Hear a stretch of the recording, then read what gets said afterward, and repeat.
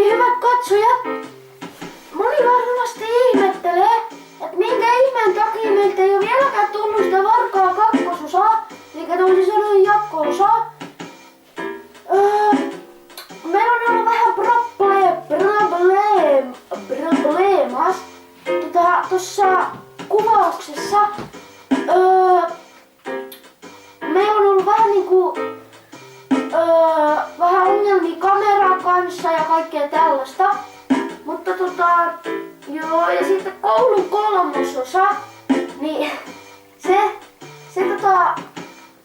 on kuvattu jo. Se pitäisi saada vaan äkkiä muokattua, mutta ei oo oikein jaksanut, kun mä oon niin lailla. Niin, sitten se rääb,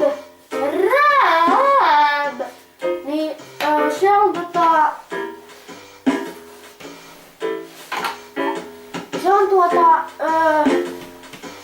sanat on suunniteltu valmiiksi, mutta enää pitäisi saada koskettimet ja vähän niinku ohjelmaa laitettua niinku jäällä pelkkää havu ja tolleen.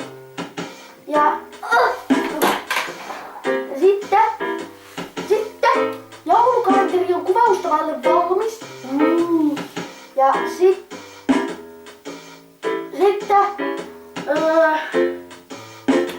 koosteita tulee ainakin 2 niinku meidän mokista.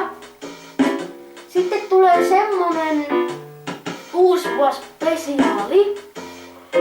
Sitten tulee vielä